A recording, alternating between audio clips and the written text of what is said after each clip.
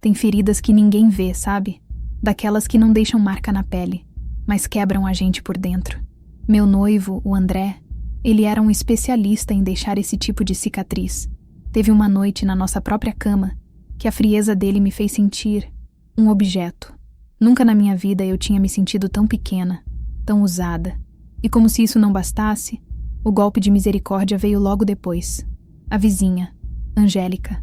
A boa amiga, sabe como é? Ver os dois no corredor do prédio, rindo, agindo como o casal dos sonhos. O casal que eu achei que nós éramos. Um absurdo. Fiquei passada. Aquilo quase me destruiu por completo. Quase. Porque quando a raiva secou a última lágrima, eu entendi uma coisa. Eles não me quebraram.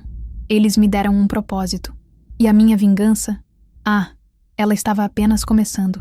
Se alguma vez na vida já tentaram te apagar, te fazer sentir pequena, esse canal é o nosso lugar. Se inscreve agora e ativa o sininho para você não perder nenhum capítulo dessa história. E me responde uma coisa aí nos comentários. De que cidade você está assistindo? Eu faço questão de saber até onde a minha voz está chegando. Pensa num homem encantador. Esse era o André. Não era só a aparência, sabe? Era o jeito dele. Ele lembrava da data que a gente se conheceu. Me mandava mensagem de bom dia todo santo dia. Trazia minha sobremesa preferida sem eu precisar pedir. Quando ele estava com a minha família, parecia o genro que toda mãe pediu a Deus. Ele ouvia as histórias do meu pai com uma paciência de monge. Elogiava a comida da minha mãe como se fosse de restaurante chique. Meus amigos adoravam ele. Larissa, você tirou a sorte grande. Era o que eu mais ouvia. E eu acreditava nisso com todas as minhas forças. A gente estava noivo, com casamento marcado para o fim do ano. Nosso apartamento novo, em um bairro legal de São Paulo, já estava quase todo montado. Lembro do cheiro de tinta fresca misturado com o nosso perfume de gente feliz. A gente passava horas ali, sentados no chão da sala vazia, planejando onde ia ficar cada móvel, sonhando com os jantares que a gente ia dar, com os filhos que um dia correriam por aquele corredor. Era o nosso mundo particular, a nossa fortaleza. A vida parecia um daqueles filmes de comédia romântica, sabe? Tudo se encaixando, tudo perfeito. E no apartamento ao lado, morava a Angélica. Ela se mudou uns 6 meses depois da gente. Sozinha, sempre com um sorriso no rosto, prestativa até demais. Vizinha, precisando de açúcar? Lari, esse vestido ficou lindo em você. André, se precisar de uma força para carregar as compras, me chama. Ela se infiltrou na nossa vida de um jeito tão sutil, tão amigável, que eu nunca desconfiei. Pelo contrário, eu gostava dela. Achava que tinha ganhado uma amiga, uma confidente ali, porta com porta. Ela trazia bolo. A gente tomava café juntas na varanda. Ela me contava dos rolos dela. E eu, boba, contava dos meus sonhos com o André. Ela ouvia tudo com uma atenção que hoje me dá um nó no estômago. Ela não estava me ouvindo como amiga. Estava estudando o terreno. Eu estava vivendo a fachada de uma vida perfeita, construída com tanto carinho, sem saber que a maior ameaça não estava na rua, mas na porta ao lado, observando, esperando e participando do plano que ia destruir tudo. Cada sorriso dela, cada gentileza, cada conselho, era parte de uma peça de teatro onde eu era a única que não sabia o roteiro. A gente era o casal perfeito, e a vizinha gente boa, um trio que parecia comercial de margarina. Mal sabia eu que nos bastidores o roteiro era de terror, e a protagonista, a idiota da história, era eu. A perfeição começou a rachar numa terça-feira à noite. Não teve briga, não teve grito. Foi muito pior do que isso. Foi o silêncio. A gente tinha tido um dia normal. Jantamos. Assistimos a um filme qualquer na TV. Mas quando a gente foi pro quarto, alguma coisa estava diferente. O ar ficou pesado, denso. Eu tentei abraçar o André, buscar aquele calor, aquele porto seguro que eu sempre encontrava nele. Mas o que eu encontrei foi nada. Ele estava ali de corpo presente, mas a alma dele estava a quilômetros de distância. Naquela noite, na nossa cama, no nosso ninho, eu não me senti amada. Eu me senti cumprindo um protocolo. Sabe quando a intimidade vira uma obrigação, uma formalidade fria? Foi exatamente isso. Não havia carinho, Não havia paixão, não havia conexão. Havia uma pressa, uma distância, um jeito mecânico que me esvaziou por completo. Cada toque dele parecia um lembrete de que eu não era mais desejada, era tolerada. E o pior veio depois. Assim que terminou, ele virou para o lado e dormiu. Ou fingiu que dormiu. Aquele silêncio que se instalou no quarto era ensurdecedor. Eu fiquei ali, deitada, olhando para o teto, sentindo um frio que não vinha da janela aberta. Era um frio que vinha de dentro. Era a sensação horrível de ser um objeto, de ser usada na sua própria casa, pelo homem que te prometeu o mundo. Aquela noite não deixou um arranhão no meu corpo, mas abriu uma cratera na minha alma. Foi a primeira vez que eu senti nojo. Nojo da situação, nojo da frieza dele. E por um momento, até de mim mesma, por não ter entendido os sinais. Eu me senti pequena, insignificante, uma peça descartável no jogo dele. Ali, naquela escuridão, eu entendi que alguma coisa muito séria estava errada. Aquele homem que dormia ao meu lado não era mais o meu André.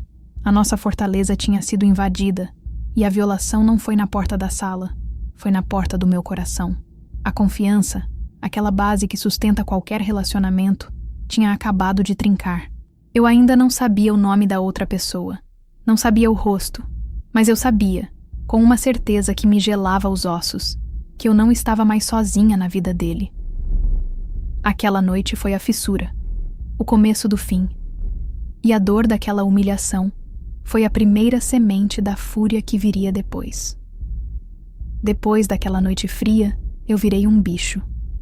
Um bicho desconfiado, com a orelha em pé para qualquer barulho. A dúvida virou minha sombra, não me largava por um segundo. A gente vive num mundo onde a prova de tudo tá na palma da mão, né? No celular. E foi pra lá que eu fui. Esperei ele entrar no banho. O coração parecia que ia sair pela boca, martelando nas minhas costelas. Peguei o celular dele da mesinha de cabeceira com a mão tremendo tanto que quase deixei cair. Eu me senti suja, uma invasora. Mas a sensação de que eu estava sendo feita de idiota era muito maior. A senha era a nossa data de namoro. Que ironia. Abri o aplicativo de mensagens e não precisei nem procurar. A conversa dela, da Angélica, estava lá no topo, fixada. Eu abri. E foi como levar um soco no estômago, mas em câmera lenta. Não eram só mensagens de "Oi, sumido". Eram planos. Eram detalhes. Ela falava do nosso apartamento, o apartamento que eu decorei, como se fosse dela. Uma mensagem dizia: "Quando você vai tirar aquele quadro horrível que ela colocou na sala?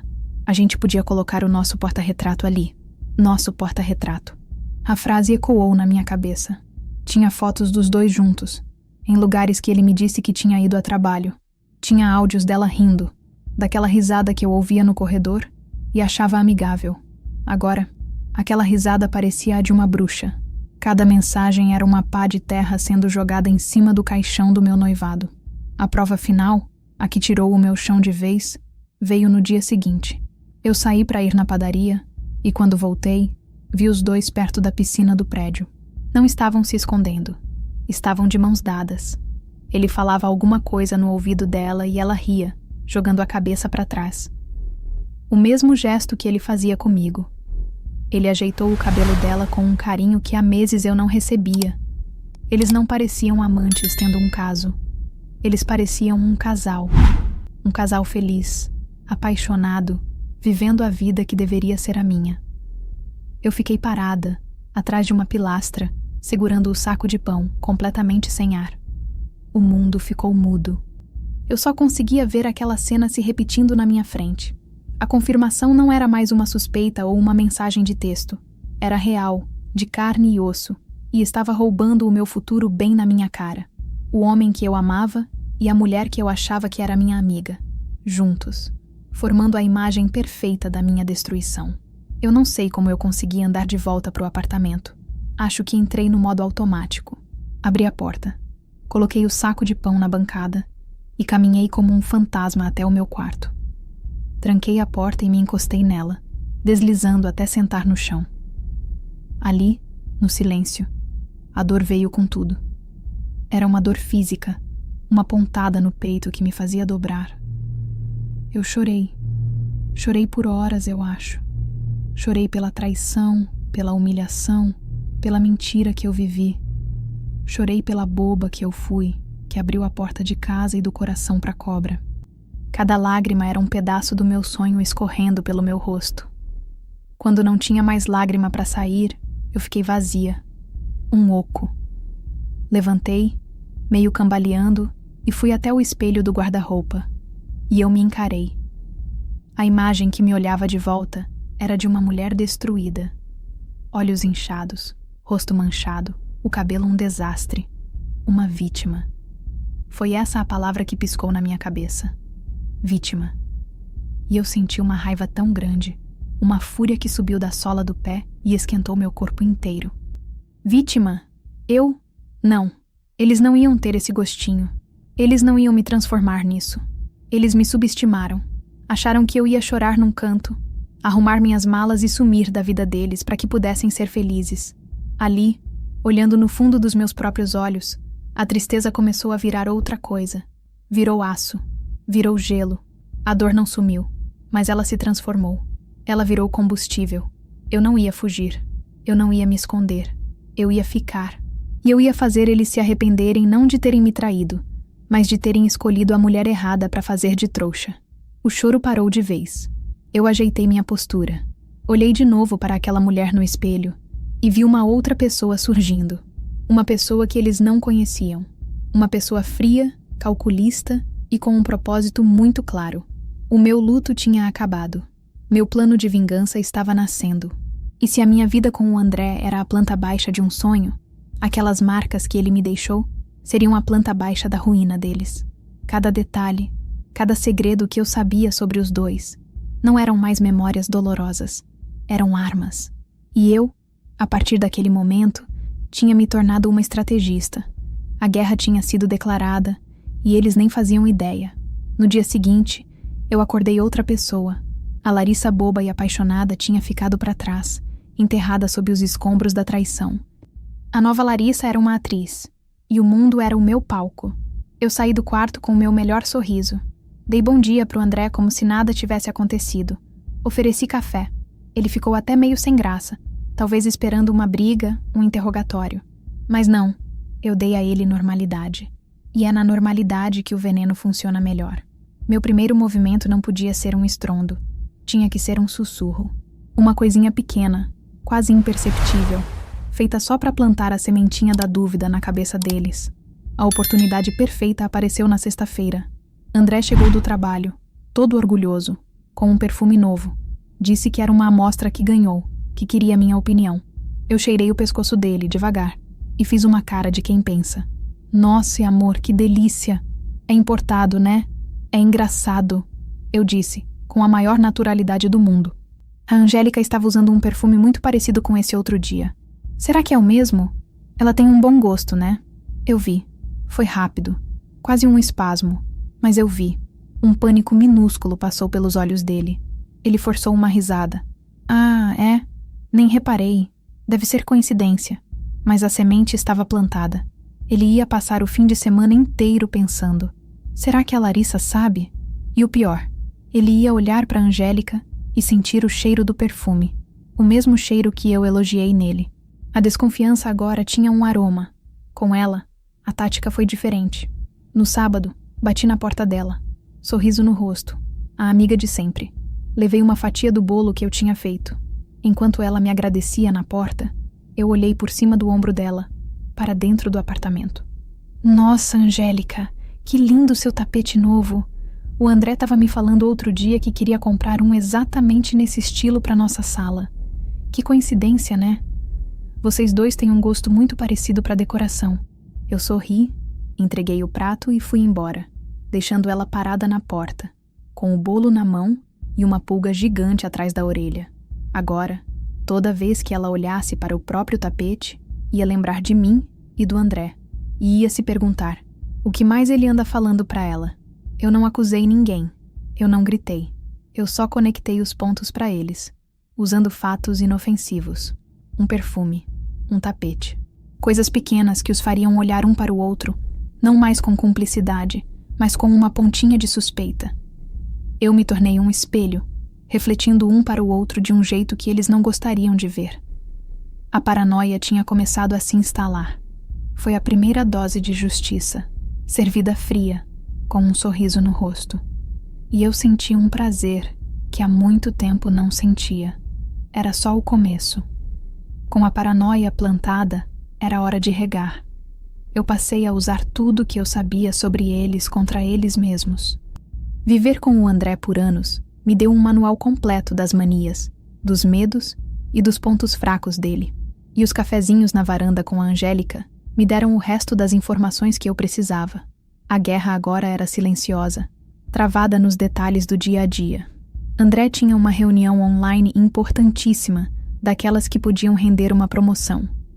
Na noite anterior, enquanto ele dormia, eu, sem querer, derramei um copo d'água perto do notebook dele.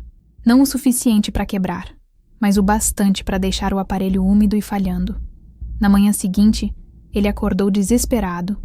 O computador não ligava direito. O microfone picotava. Ele perdeu a reunião.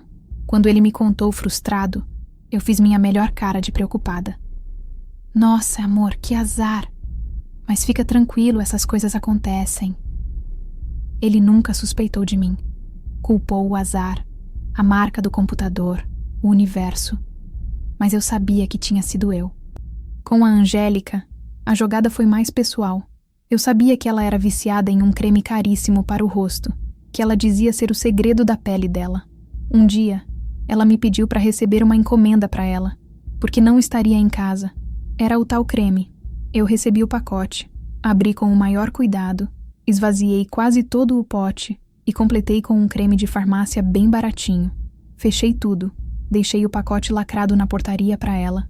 Dias depois, eu a encontrei no elevador e comentei com a maior inocência. Nossa, Angélica, sua pele tá meio diferente. Tá tudo bem? Você parece cansada. A cara de pânico dela foi impagável. Ela passou a semana inteira se olhando no espelho, achando que estava envelhecendo 10 anos, sem entender por que o creme milagroso dela tinha parado de funcionar. Eu me tornei a amiga prestativa que estava sempre ali para colocar mais lenha na fogueira. Eu pegava o celular do André, emprestado, para fazer uma ligação, e mudava o nome de um contato importante na agenda dele. Eu, sem querer, manchava a blusa preferida da Angélica com café um pouco antes de ela sair para um encontro. Eram microagressões, pequenos atos de sabotagem que somados minavam a paz, a confiança e a sanidade dos dois. Eles começaram a brigar por coisas idiotas, a se estressar, a desconfiar de tudo e de todos. E eu observava tudo de camarote, com um sorriso interno, agindo como a noiva amorosa e a vizinha solidária. Eu estava cercando eles, apertando o laço devagarinho, transformando a vida perfeita deles em um pequeno inferno particular. E o melhor de tudo é que eles eram os únicos culpados, mas estavam ocupados demais apontando o dedo um para o outro. Depois de semanas jogando xadrez nas sombras, eu sabia que era a hora do checkmate. E um checkmate como esse não podia ser dado num bilhete ou numa briga de corredor. Tinha que ser um espetáculo, um evento. Foi aí que a ideia mais diabólica e perfeita surgiu na minha cabeça. Uma festa de noivado surpresa. Para mim mesma, claro. A desculpa perfeita para juntar todo mundo num lugar só. Nossos amigos, nossas famílias e a convidada de honra, a Angélica. Cheguei para o André com os olhos brilhando. A personificação da noiva feliz. Amor, a gente anda tão estressado com as coisas do casamento, do trabalho. A gente precisa celebrar. Celebrar o nosso amor. Lembrar do porquê a gente está fazendo tudo isso. Pensei em dar uma festa, um encontro com as pessoas mais importantes pra gente. Ele, claro, engoliu a isca inteira. Achou a ideia ótima. Um jeito de aliviar a tensão que ele mesmo sentia, sem saber que era eu quem estava por trás de tudo. Ele achou que era uma festa para celebrar o futuro deles. Mal sabia ele que era o funeral da reputação dos dois. Comecei a organizar tudo. Cada detalhe era uma pequena alfinetada particular.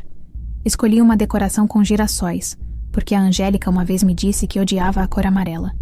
Encomendei os docinhos daquela confeitaria que o André detestava, mas que eu sempre dizia que era a minha favorita. O convite para ela foi a minha obra-prima de falsidade. Bati na porta dela com o meu sorriso mais doce. Angélica, querida, você não pode faltar de jeito nenhum. Você é mais que uma vizinha, é uma amiga, quase da família. Faço questão que você esteja lá na frente, comemorando com a gente.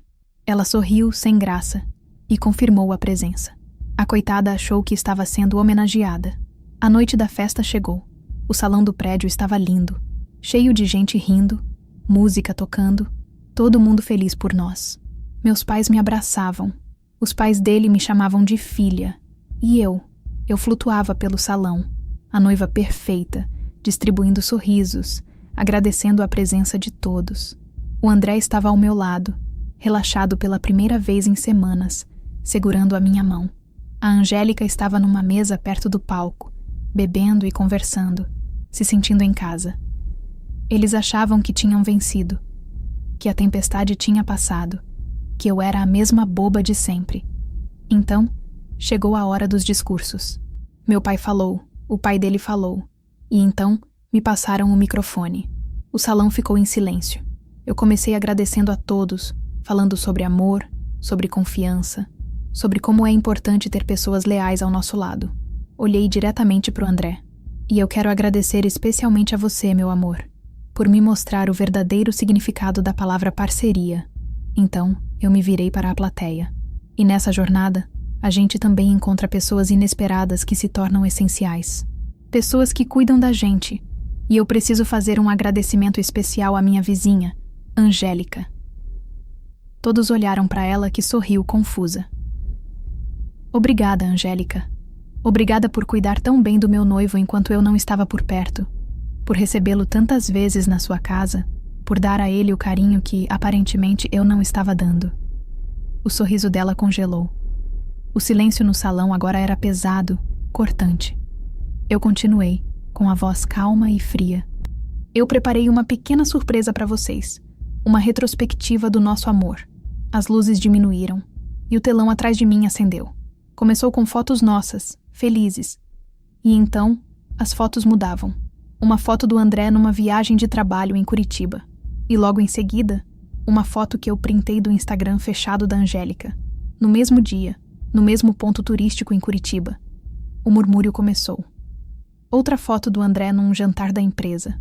E ao lado, a foto dela, no mesmo restaurante, na mesma noite. A cada par de fotos, o queixo das pessoas caía um pouco mais. O rosto do André estava branco como papel. O da Angélica, vermelho de vergonha. E para o grande finale, a última imagem no telão não foi uma foto. Foi o print da mensagem dela. Quando você vai tirar aquele quadro horrível que ela colocou na sala? Eu peguei o microfone de volta.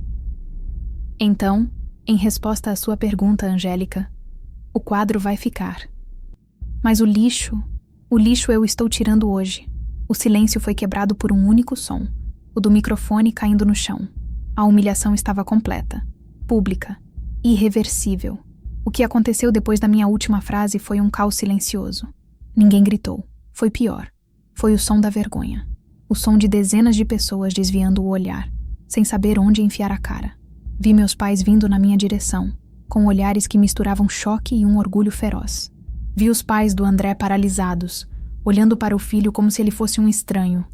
As pessoas começaram a ir embora, uma a uma, sem se despedir, como quem foge da cena de um acidente. O André e a Angélica ficaram para trás, sozinhos no meio do salão que se esvaziava, expostos sob as luzes da festa que agora parecia um tribunal. Ele tentou falar comigo, mas meu olhar o cortou no meio do caminho. Eu não disse uma palavra. Apenas observei enquanto eles eram forçados a fazer a caminhada da vergonha para fora do salão, sob os olhares de pena e desprezo dos últimos convidados. Aquele foi só o começo da queda. Nos dias seguintes, eu me tornei uma espectadora. Meu trabalho estava feito. Agora, era só assistir às consequências. O grupo de WhatsApp do condomínio virou um campo de batalha. As fofocas corriam soltas. Angélica, a vizinha boazinha, virou a outra. André, o genro perfeito, virou o canalha. Eles não podiam mais andar pelas áreas comuns do prédio sem receber olhares tortos. A ruína social foi rápida e brutal, mas a vingança de verdade aconteceu no mundo real. Uma prima minha, que por coincidência trabalhava no mesmo prédio comercial que o André, fez questão de contar a história, com todos os detalhes sórdidos, para uma colega na hora do café. A história voou pelos andares. O chefe do André, um homem super conservador e que prezava pela imagem da empresa, ficou sabendo. A promoção que o André tanto sonhava não só foi cancelada, como ele foi convidado a repensar sua carreira em outro lugar. A humilhação pública se transformou em ruína profissional. Sem o emprego, o apartamento chique que eles planejavam roubar de mim se tornou um peso impossível de carregar. A queda financeira veio em seguida, mas a parte mais deliciosa, a cereja do bolo da minha vingança, eu ouvi da segurança do meu próprio apartamento. Numa noite, uns dias depois da festa, eu ouvi gritos vindo do corredor. Era a voz dos dois. Coloquei o ouvido na porta, sem vergonha nenhuma. Era a implosão. Ele a culpava pela falta de discrição. Você e sua boca grande. Aquele seu post em Curitiba. Você destruiu a minha vida. E ela revidava, com um veneno que eu nunca imaginei que ela tivesse. Eu? Você que era o frouxo. Não teve coragem de terminar com ela. Queria ficar com o bom e o melhor, com a noivinha em casa e a amante na porta ao lado. Você me usou. Todas as mentiras, todas as promessas sussurradas no escuro, agora eram armas que eles usavam um contra o outro. O amor, a paixão, a cumplicidade, tudo se revelou o que realmente era. Uma aliança frágil de egoísmo e conveniência. E sem o prêmio, que era a minha vida e o meu status, eles não tinham mais nada. A última vez que os vi, eles estavam discutindo durante a mudança dele do nosso antigo apartamento.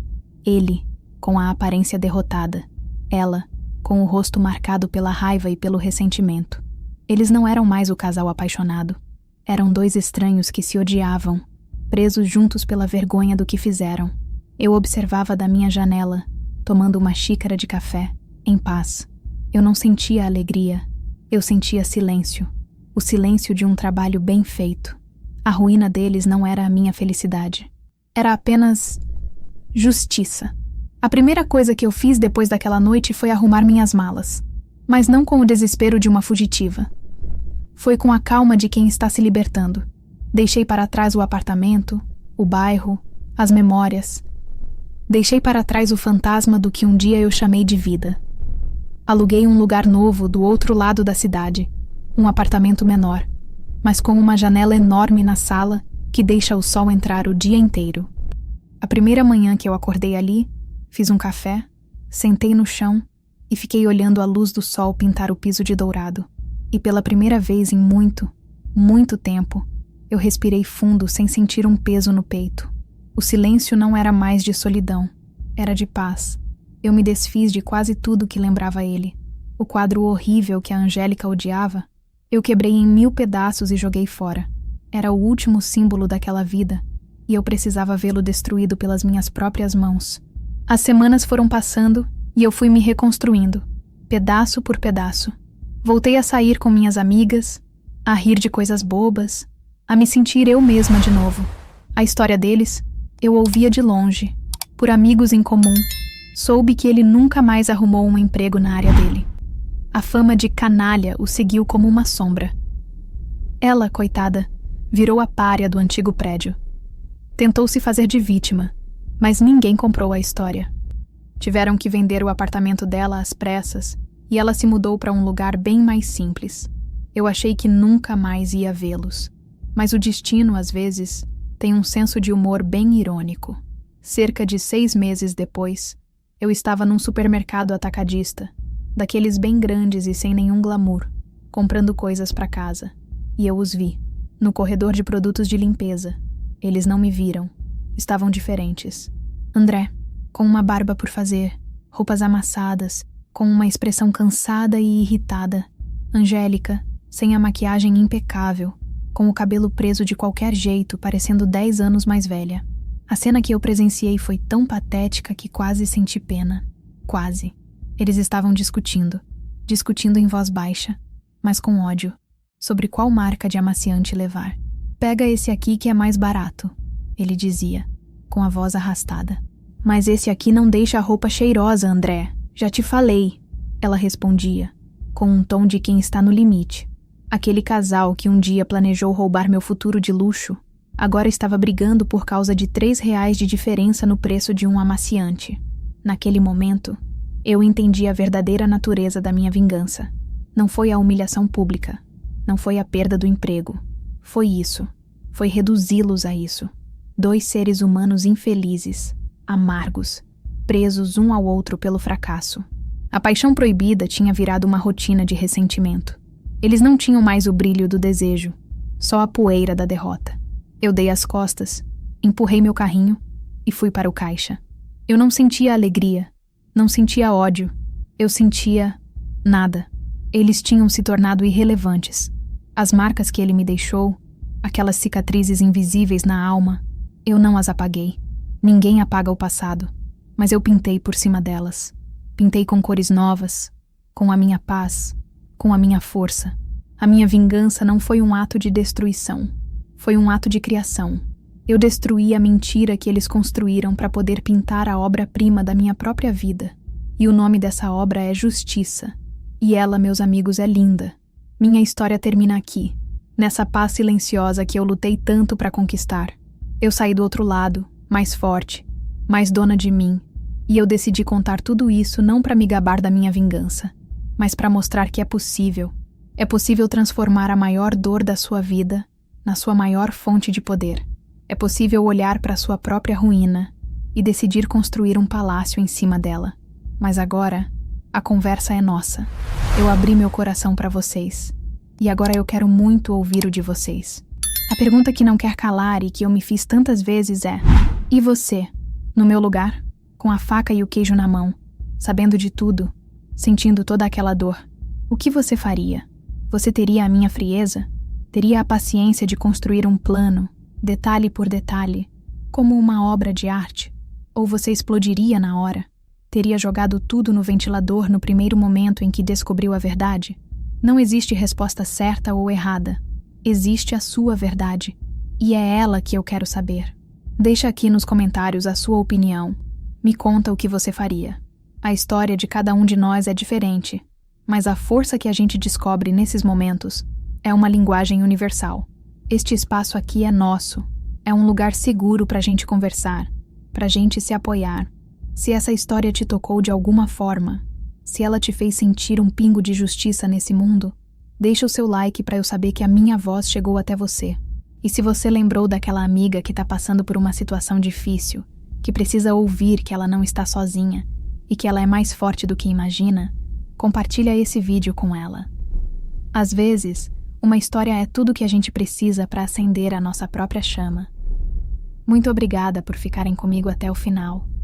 A gente se vê na próxima história. Cuidem-se. E nunca, nunca deixem ninguém apagar o brilho de vocês.